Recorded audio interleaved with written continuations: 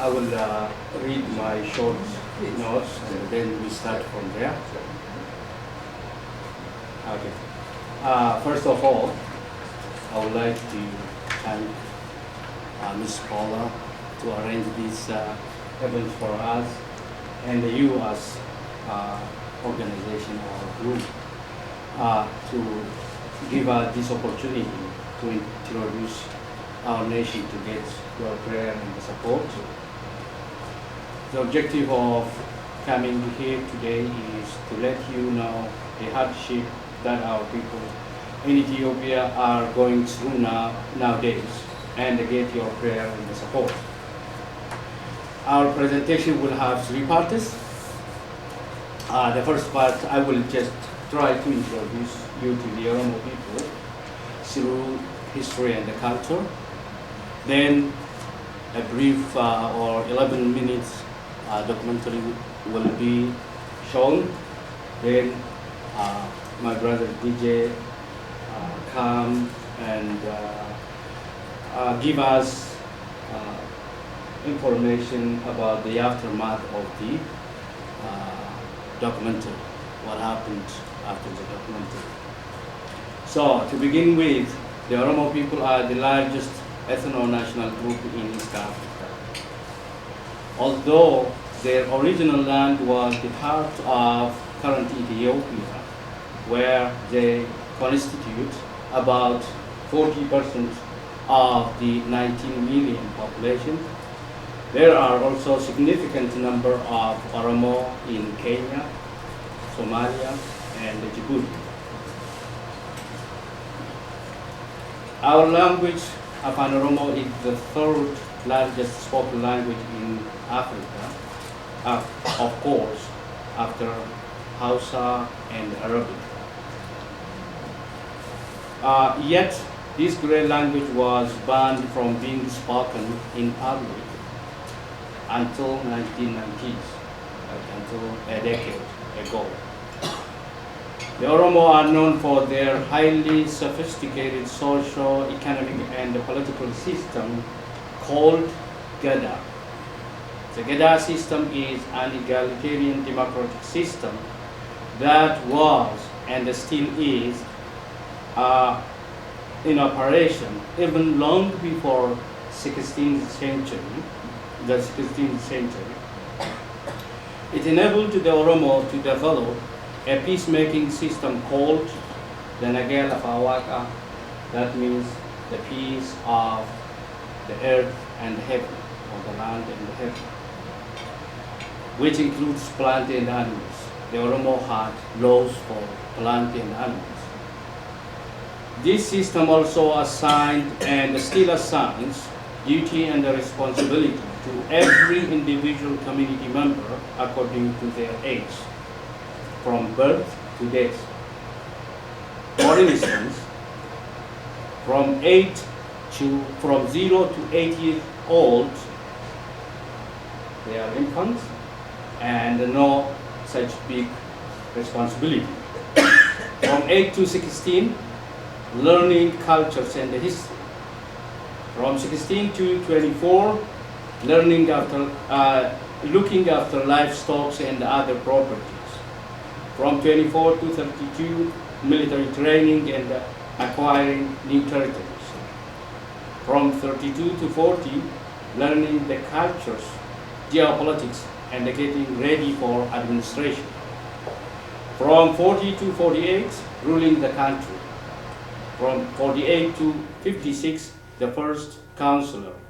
They call Yubadura in Afan Oromo. Then, from 56 to 64, the second counselor.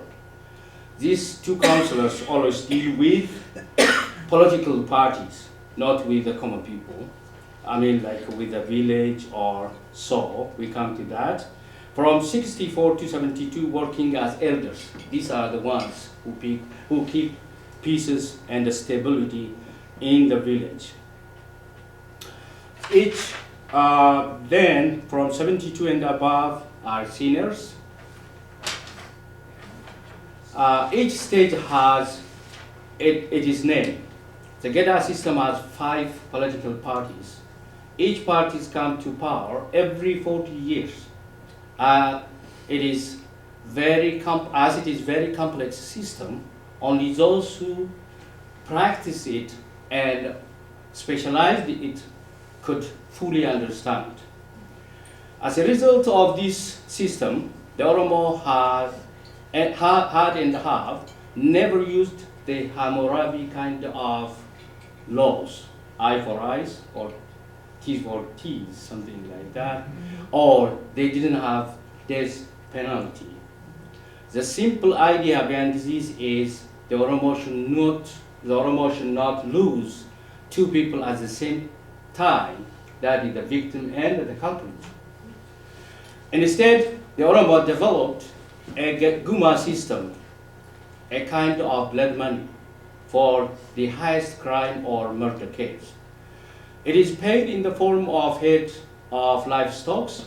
The most interesting things of Guma is how they bring the lasting reconciliation or peace between the belligerent groups and the healing process that comes afterwards.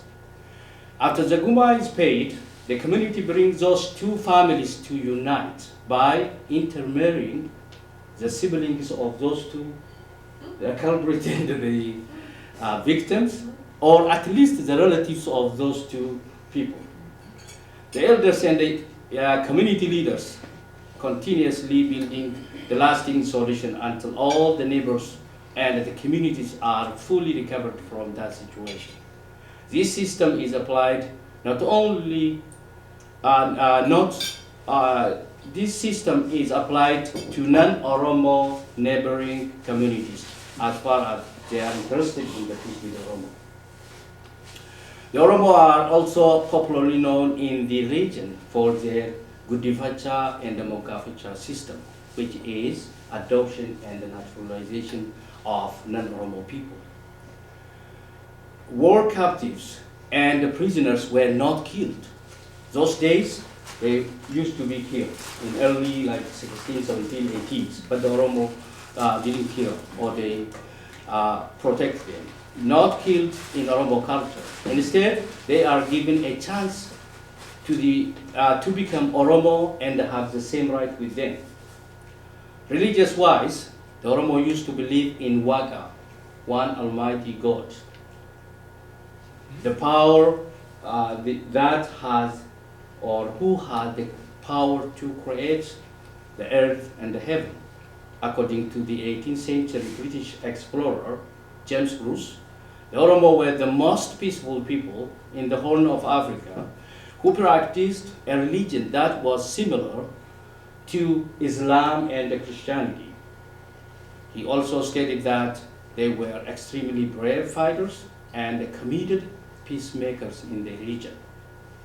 Nowadays, the Oromo practice Christianity, Islam, and Wagefada for traditional religion. We have three religions. For example, I'm Muslim, Mr. Bedri is Christian. Yeah, we are brothers, we work together.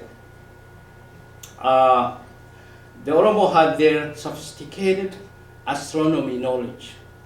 They had their own calendar called Ayana. According to the recent archaeological discovery, the Oromo has been practicing this system since 30th BC, long time. Unfortunately, however, all the social, cultural, and other human civilization were destroyed by Euro-Abyssinian colonizers. It is great loss not only for the Oromo, but for all of us. The practice of destroying the Oromo and their identity continued up to date.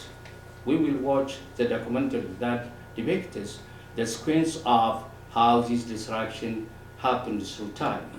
Let us watch the documentary. Thank you. As my friend Bedri appreciated your participation in the Paula, I would like also to thank you all for spending your precious time here to listen and to learn about the Oromo people, and for the solidarity that you are feeling and that you are with us with your prayer and also your support. He already addressed about the short history of the Oromo, what Oromo and what Oromia is. And also you have learned many things about the current situation in Ethiopia from the documentary. Just to give you some additional points and updates, what happened after the documentary was produced, and then also in summary what happened in the past 5 months in our country against our people by the Ethiopian government. Generally, the peaceful protest is going on since November for over 5 months. Our people are on a peaceful protest still. The university, high school, elementary students, and also their parents, all people in Oromia are protesting. About 500 innocent civilians were killed, including the 8-year-old child and pregnant woman and other vulnerable seniors in our country. So over 500 people were killed by the current Ethiopian government forces. Over 15,000 people were jailed, and they are in detention center in Ethiopia. Thousands exiled to different neighboring countries in Africa, including Kenya, Uganda, Sudan, Somalia, Djibouti, and even they are just trying to cross to the Middle East, and most of them are from different independent communities. They drawn into sea, and over 400 people were died last time while they were trying to cross from East Africa to the Middle East, and again also to Europe. So we lost about over 400 people within the sea. The ship was sunk down and they were drawn in the water. They were not rescued. That one, they all victims of the current protest in Ethiopia and the brutal action by the Ethiopian government. They were trying to escape from there because of the problem in Ethiopia and even insecurity in East Africa. They were trying to cross. Unfortunately, they lost their lives. Hundreds kidnapped, and we don't know where they are. Unexplained disappearance happened in Ethiopia against our people. They were kidnapped. By now, the country, our region, Oromia, is under military rule, which is tantamount to martial law. So there is no civil administration in that region. Our people are under military rule, which is tantamount to the martial law. If we consider the martial law in the United States of America applied only twice during the Second World War, when there was a Japan, the Vietnamese invasion, and again also during the American Civil War on one state only. So by now our people are under the military rule. The Ethiopian government military force is everywhere in Oromia. They were divided into about 8 fronts, and then the military forces are stationed and deployed in Oromia in each zone, including the district areas, and the people is in terror. Over 15 million starved. If we consider throughout the country in Ethiopia, 15 million people were starved. There is a hunger in that country. The government is hiding the reality because they are pretending and just presenting false information to the world regarding the tech development in that country. So they are pretending as they are developing the country while 15 million people are starving, and they underestimate the number of those people who are suffering from poverty and hunger. Just giving 5 to 7 million, that is a false data. So while 15 million people were starving, and there is a resource exploitation, killing, jailing, exiling, and kidnapping in general through Oromia. and also some other parts of Ethiopia. So just to say a few words why they are protesting regarding especially the master plan and other issues, as we observed in the documentary, why the Oromo and the Oromians are protesting. They are protesting because the Addis Ababa master plan is displacing millions of Oromian farmers from their indigenous land. They are losing their indigenous village, their culture is dismantled, and also they are losing their identity.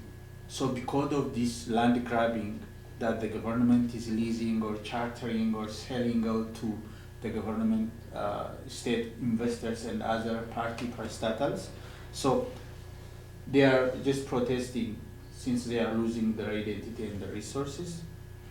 And again also, there was no pre-consultation with the people. As a democratic country, they are pretending, but there is no real democracy or genuine democracy. The government is not making any consultation. There is no any genuine compensation or reasonable compensation for what they are losing while they are just displaced from their land. And it is a kind of imported integrated master plan which didn't take into consideration the reality of the indigenous people, the economic, the social, and other situations.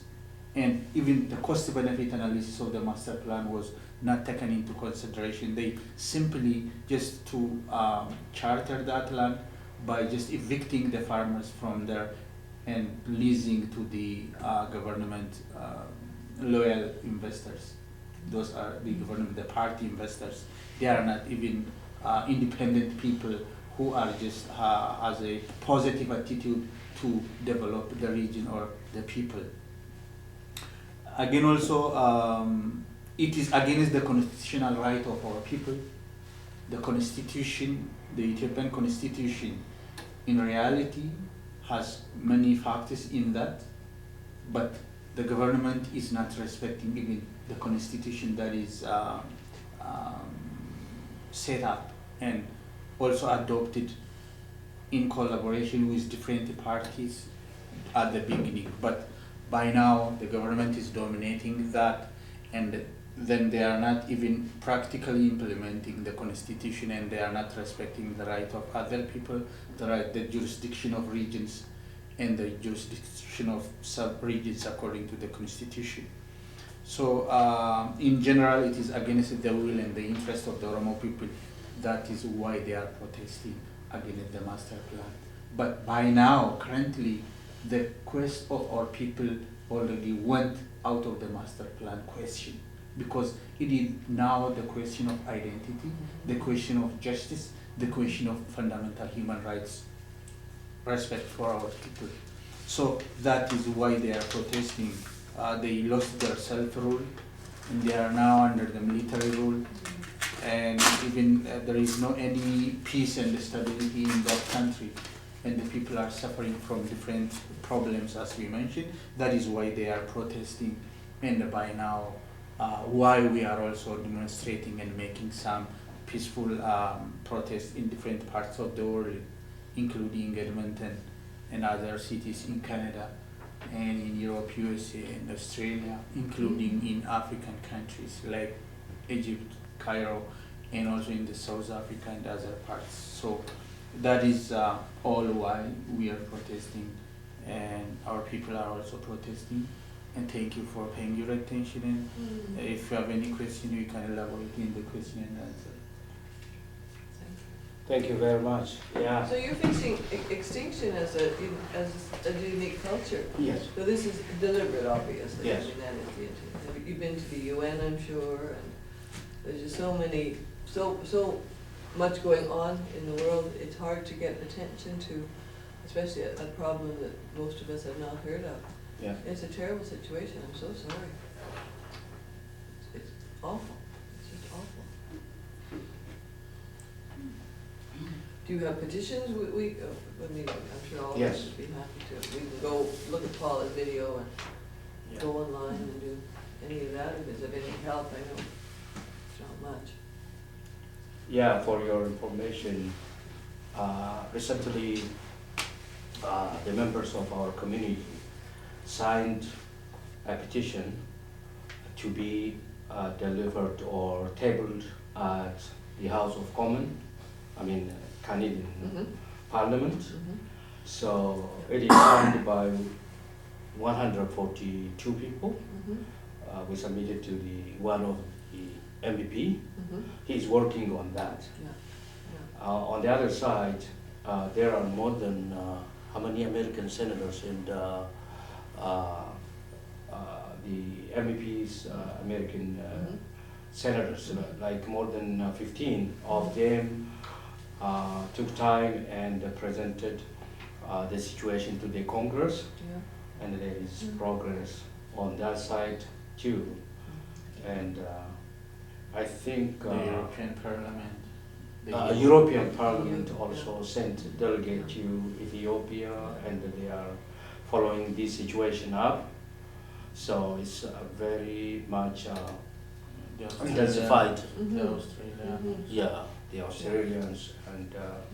yeah, as you saw on the documentary, as you watched it, the Oromo all over the world raised and just trying to get some understanding of this very delicate situation. Mhm. And it is not a matter of political upheavals. It's not. It's a kind of racial or highly sophisticated system of destroying the Oromo. Yeah.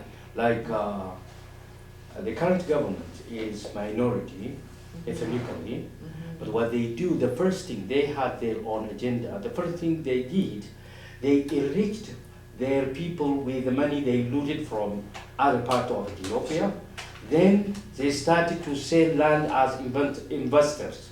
They made them investors and buy huge land, evicting the native people from that land and resettling their tribe.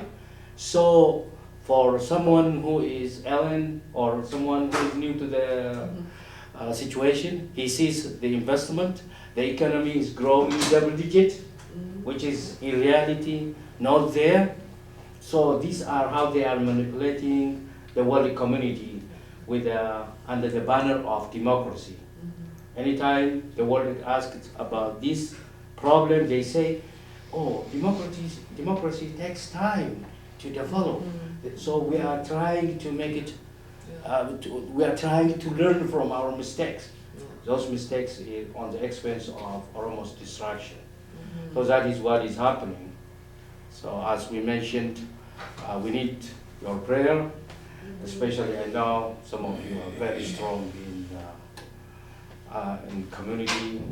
I know Donna for some times, and she's very active. And so we keep in touch with you guys, Please, and please. let us know how you can help us. The only thing we do is just we develop a kind of awareness Mhm. so that Canadians understand. Once they understand, we can pressure our government to see this Yes. problem from the point of the reality, not from the point of the politicians' Yeah. manipulation. Yeah. So this is what we need. Mhm. If God helps us, we are committed even to present our cases in front of the legislature here. So we are trying our best to pursue this issue. Thank you. Well, thank you. you. Yeah. Thank you. I wanted to know, just to be more specific, which are the top countries that are giving humanitarian aid to the Ethiopian government, and which are the big business investors? The US is number one. In both of those? In both of that, Okay. not only that, still, the other sophisticated problem, there is terrorism or Al-Shabaab, the branch of Al-Qaeda in Somalia. Yeah. To smash or to suppress them, Americans have to build military or sophisticated, deliver or supply sophisticated weapons to Ethiopia. They are supporting Ethiopia for their interest to attack that. But Ethiopians are not foolish enough to use against this. I mean, the government is not foolish enough to just do only the American mission. What they do with that weapon, with the same money they get from Ethiopia, from America, and from Western as donation, they develop a military and apply that military against their own people. Not only Oromo, there is Ugandan people. There are so many other people that are having the same problem we are having. Yeah, to add a point, Yes. The supporters of the Ethiopian government, humanitarian-wise, are the, as you said, US, Britain, Canada, and some other European countries. Regarding the military, as you said, specifically the US is supporting the Ethiopian government because of the terrorist action in Somalia and some parts of Africa. So the Ethiopian government is using also that military support to suppress other Ethiopian people like Oromo and others. The investors are Chinese, the US, Indian, and also there are some Middle East countries which are investing in Ethiopia. But regarding the concept, the issue of development in Ethiopia, if we evaluate according to the real or genuine development in other countries like Canada and others, the Ethiopian, we can say there is a growth in that country in GDP or GNP, but there is no real development because when we see there is no genuine democracy, the election is fake, there is a vote rigging and the election irregularities in that country, is only a single party, it's not a multi-party country. For over 25 years only the ruling government is ruling that country. The party that is ruling the country is one that came, you see, from forest after fighting the socialist government. That's the only party that is winning every time. That is also doing election by itself by suppressing other opponent political parties. So again, also there is no freedom of speech, there is no freedom of expression, and there is high infant mortality, there is no social security, there is starvation, people are begging, high unemployment rate in that country. So how can we just, express them the reality, the existence of development in such situation? There could be a growth because of the influx of capital from the investors who are just, coming to that country. Even a kind of foreign direct investment that is done in Ethiopia is a kind of exploitation.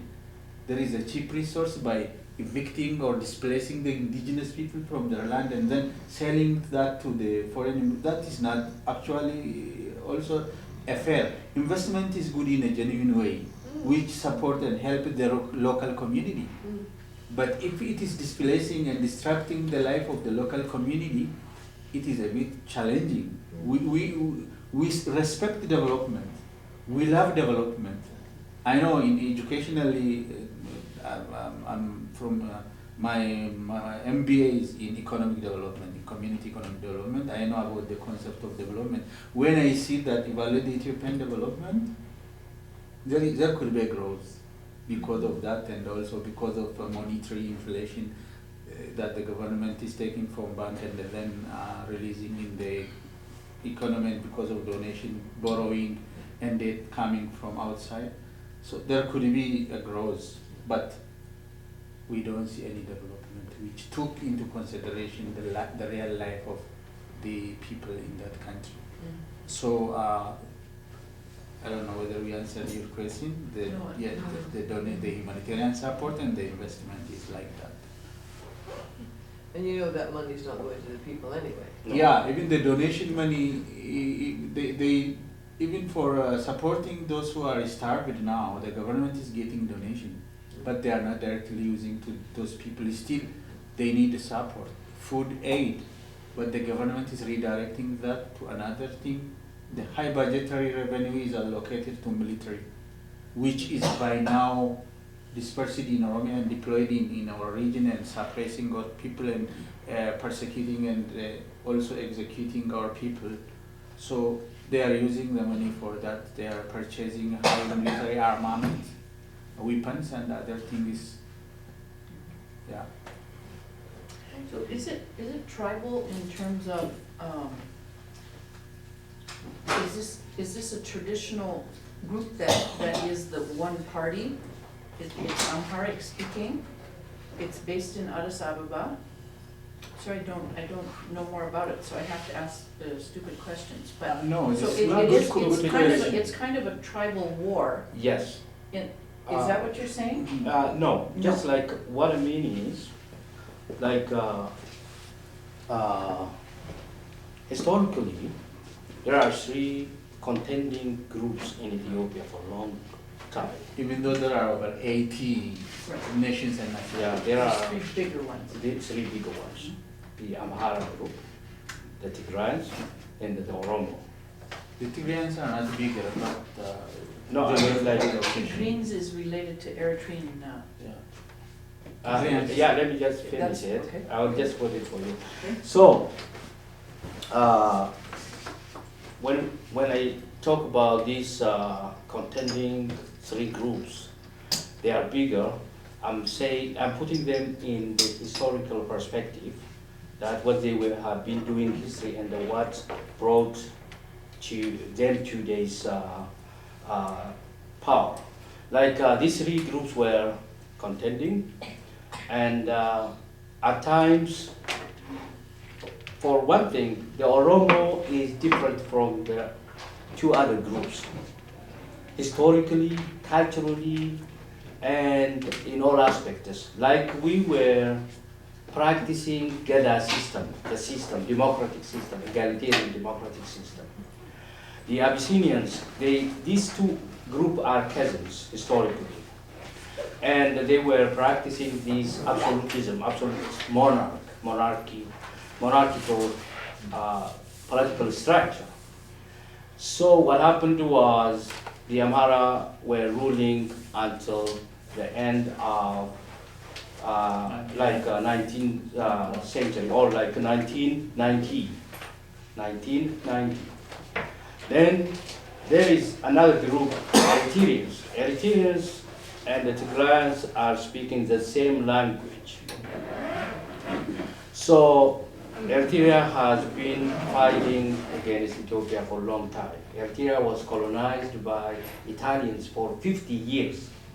During this time, Eritreans developed their own perception and the culture and everything. And when they were brought back to Ethiopia as a result of Second World War, at the end of Second World War, they were not satisfied with being part of Ethiopia, and they continued fighting. Finally, by 1990, at the beginning of 1990, Eritreans already just got power, and with them, the Tigrayans also came to be the strongest militarily, the strongest group. Then, at the beginning of 1990, Americans and the Western world tried to bring these three groups together to create a kind of chartered government to rule the country together. Eritrea's interest was to secede, to just go away from Ethiopia. What it did, it tried to rule Ethiopia through the Tigrayans group, the TPLF. TPLF is the ruling party, which is going to create a kind of pseudo or false group from Oromo, from different tribes under it. Technically, they call Ethiopian People's Revolutionary Front, which constitutes different Ethiopian tribes to roll together. In reality, the core, the center of Ethiopian government is the Tigrayans group, one ethnic group. They are the minority. But even during the investment, Chinese are investing. Indians are investing, especially Indians took the land issues, plantation, Chinese construction and oil. Others also specialized in different areas and invested. When foreigners come to invest in Ethiopia, the brokers, the main actors of these are from this Tigray group. When I say this, I am not putting everything in terms of ethnicity or ethnic group.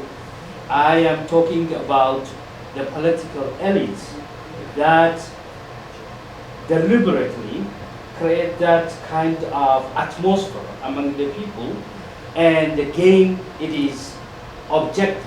For example, Prime Minister Zenawi, the late Prime Minister Zenawi, came from the bush with empty hand. I mean, like he didn't have any money. But after ruling the country for 20 and so years, his wife is now multi-billionaires and the richest in that country. That money came through the system, the sophisticated system I'm talking about. And many of them have the good place in the country. Those who see this fight in different ways. That brings instability in the country. Yeah. Yeah, just to add a point There's a for your ruling class question. that is not one ethnic group? Let me come to that. I want to clarify that. Regarding the tribalism, there is no, as a tribe or as a nation or as ethnic group, actually we don't have a problem with Amhara or with Tigray. There is not that problem. We are good neighbors. Our people are just, living together. But the ruling party, as you say, is creating the problem and then exacerbating some ethnic differences because of favoring the Tigrayan-born people and disfavoring or suppressing the Oromo because of their being Oromo. They are persecuting majority of our people because of their being Oromo. Because they are using social engineering, a kind of minoritizing the majority. You see, that is social engineering what they are doing.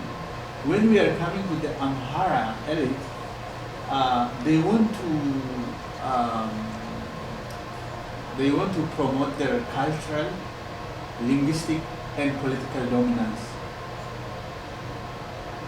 against other nations and nationalities. In the past era, when the Amhara was just ruling the country, there is Amharic language, there is a national language, while the Oromo language is a majority language. They used the power and then they also want to make the Amhara language the dominant language. They made already. And also the Amhara culture, the dominant culture. And also politically, they also are the presidents and also the other higher officials in that country, they are also Amhara, assigning from Amhara and also from Oromo and others. If you accept the dominance of the Amharic language, the Amharic culture, if you pray or just subdue to them, you become just favored to get a ministerial level or any other thing. So that is what they did. And the same thing that with this one, the only difference is they don't just bring the Tigrayan language as a dominant language, because it is a minority language spoken only by the region, 3.5 million people, while the Ethiopian people is 80 million.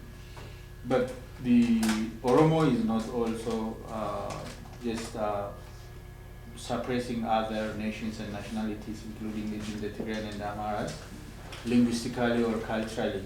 We just strive, to get our right. Language right, culture right, and political right. That is for what we are struggling and striving. We don't want just to suppress the rights of other nations and nationalities. So this is the difference. The ruling elites are exacerbating the ethnic difference And also the other thing is the Ethiopian federal structural system is ethnic-based federal structure. It is ethnic-based federal structure. No, not for me, no. So yeah, since the current federal structure is ethnic-based, it's ethnic-based federal structure. So that one also may reflect a kind of tribalism, but the only problem is the ruling party. Bad combination. Yeah, they are favoring their own. Yeah. No, Bad sorry. combination of ruling class and ethnicity. Yeah, they are favoring their ethnic group. Yeah. That is why, Yeah. to suppress others, they favor economically, politically. You see, while they are 3.5 million, they are assigning prime minister from them. While Oromo is 40 million people, and Hamara is 26 million. Yeah. Oromo is 40 million from the 100 million Ethiopian population. But the Tigrayans are 3.5, and now they are just pretending as if they are 5 million. So the Amhara is 26 to 27 million. That is the second majority next to the Oromo. So while Oromo is the majority, the prime minister is from the 3 to 5 million Tigrayan.